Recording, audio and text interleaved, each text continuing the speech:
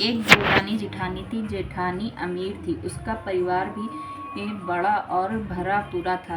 देवरानी गरीब थी, इतनी गरीब कि जेठानी की सेवा टहल करके गुजारा करती थी।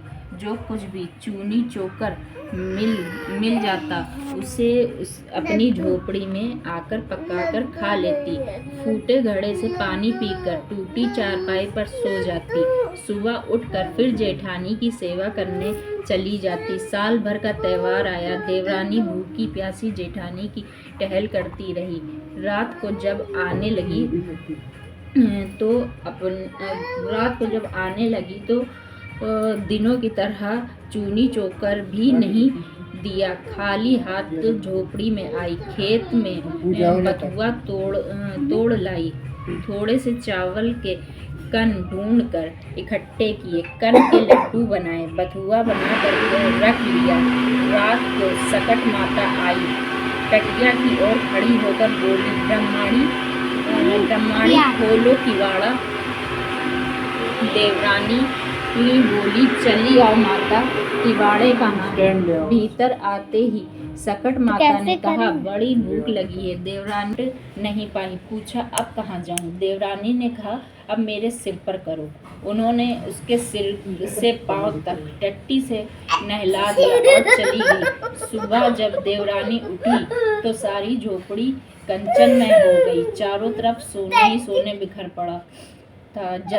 जल्दी जल्दी बटोर कर रखने लगी, पर सोना चुकता ही नहीं था और वहाँ रखते रखते थक गई। इधर जब से देवरानी नहीं पहुँची तो जेठानी बहुत बिगड़ने लगी। जेठानी बोली, कल त्योहार था, सारा काम पड़ा है और देवरानी जी कहाँ अभी पता नहीं है। उसने अपने लड़के को भेजा और कहा, जाकर फौरन बुला लाओ। लड़के ने जो खबर दी तो जेठानी का जी धक से रह गया। दौड़ी दौड़ी पहुंची, देखा चारों तरफ सोना ही सोना बिखरा पड़ा है। देवरानी से पूछा, किसको मूसा? देवरानी सहज भाव से बोली, न किसी को भूसा न मूसा, अब सब सकट माता की कृपा है। जेठानी ने पूछा, ऐसी कृपा सेवा की तूने जो सकट माता प्रसन्न हो गई?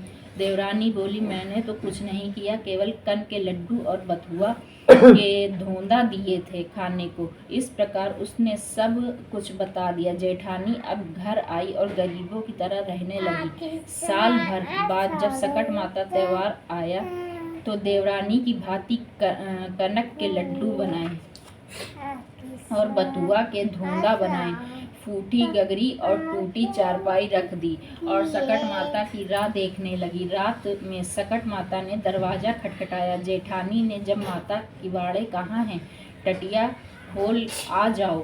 सकट माता ने जो पिछले साल देवरानी के साथ किया था वही सब किया। जेठानी ने कहा, माता जो कुछ खाओ पियो, तुमसे कुछ छिपा तो नहीं है? सकट माता ने खाया पिया और टांग फैलाकर सोई और आधी रात को घर तथा जेठानी को टट्टी से नहला दिया और माता चली गई। सुबह हुई, लड़के बच्चे आए, देखा चारों तरफ गंदगी ही गंदगी फैली है। जेठानी भी गंदगी से नहाई निकली। चलना कठिन था। सारा घर बदबू से भर गया। उन्होंने कहा, तुमने यहाँ क्या किया? जेठानी ने खिसिया कर देवरानी को बुलाया। देवरानी आई। जेठानी ने बड़े ताने से कहा, तुमने जो कहा था वह कुछ ना हुआ। देवरानी ने कहा, तुमने तो बहन गरीबी का नाटक किया था, तुम्हारे पास तो सब कुछ भरा था, इसी से सकट माता अप्रसन्न हुई। मेरी गरीबी में उन्हें दया आ गई और सब कुछ दे दिया। तुमने तो मेरी नकल की थी, इसी से ऐसा हुआ। पहला अध्याय समाप्त। और सकट मिल गया सब नहीं भगवान बना भी रही हो और क्या बन रही है? और नहीं तो इधर भी बना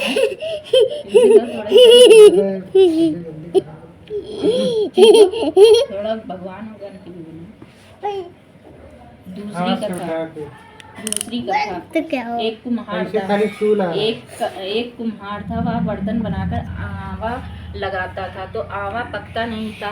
हार कर उसने राजा से कहा। राजा ने पंडितों से पूछा। पंडितों ने विचार कर कहा कि जब आवा लगाया जाए तब एक बच्चे की बलि दी जाए, तब आवा पकेगा। बर्तनों की ज़रूरत थी और राजा का हुक्म हुआ कि हर घर से एक बच्चा रोज़ बलि के लिए आए। यही क्रम जारी रहा। बहुत सारे बच्चों की बलि चढ़ गई। एक दिन सकट का दिन आया। उसी दिन कुम्हार का आवा तैयार हुआ। इस बार एक बुढ़िया के लड़के की बारी थी। अकेला लड़का था, बुढ़िया व्याकुल थी। एक ही बेटा था, वह भी सकट के दिन बिछुड़ गया। दिन भर के व्रत का सकट माता ने क्या यही फल दिया, पर राजा के हुक्म के आगे कुछ न बस चला। मन मारकर बुढ़िया ने अपने लड़के को बुलाया। सकट की सुपारी और दूब का बौड़ा लेकर बेटे को दिया और बोली, लो बेटा, इन्हें लेकर आवा में बैठ जाना और भगवान का नाम लेना। सकट माता चाहेगी तो कुछ नहीं होगा।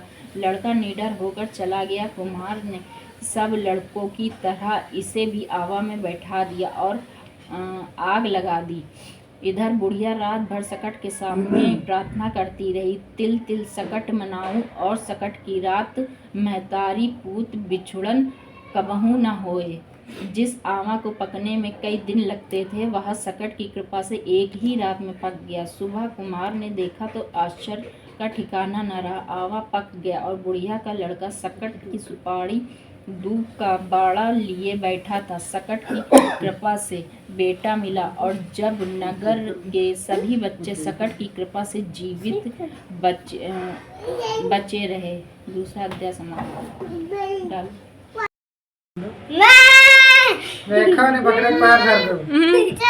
कैसे काटोगे बकरा? बकरा कैसे काटोगे? पहले ये रख के आओ, वो रख के आओ पहले, तब तो बकरा काटेंगे। और बाबा बुला के लो। बाबा इधर आओ। अरे अरे ठीक है, और देखो आ गए। चलो बैठो यहाँ पे। चीकू तुम भी आओ, हाथ पकड़ो आके। चलो भाई, टीटूस कटवा। चलो ये पकड़ो, तुसी सिक्के से कटवा। ऐसे बैठो। सिक्का वो है। आकार तो ये बड़ा पकड़ो। बड़ी थाली बना ये पकड़ो। चक्कू से चक्कू से नहीं कटा। हाँ। अरे बकरा काटना है। कट गया। भगवान काट दिया भगवान बकरा काट दिया। अरे वाह, हाथ जोड़ो, चलो हाथ जोड़ो पहले। हाथ जोड़ो। जय श्री राम कर लो, जय श्री राम।